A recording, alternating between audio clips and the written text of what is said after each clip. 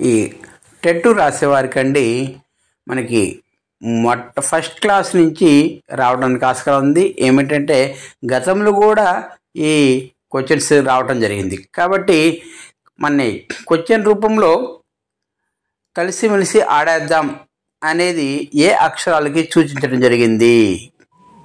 క, ఖ, గ, గ, ఞ. అదేవిధంగా చక్కగా పాటలు పాడేద్దాం, ఈ అక్షరాలను ఏ పాఠం నుంచి రావడం జరిగింది అని అడుగుతాడు.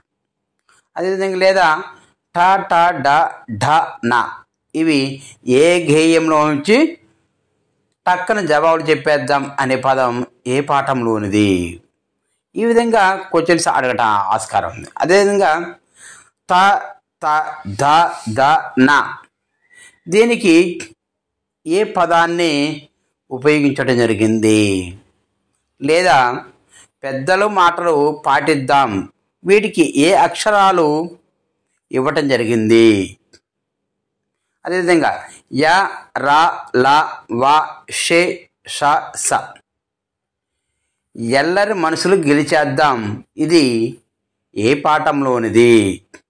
ఈ విధంగా హ, అల, అక్ష, బండెర హాయ్ హాయిగా చదివేద్దాం, ఇది ఏ పాఠంలోనిది?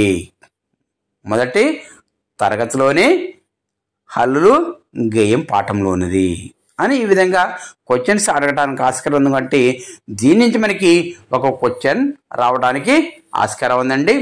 కాబట్టి ఇది నోట్స్ రూపంలో రాసుకోండి. అంతేకాకుండా ఇది కొంచెం గుర్తుపెట్టుకుంటే చాలా మంచిది. ఓకేనండి, థ్యాంక్ యూ.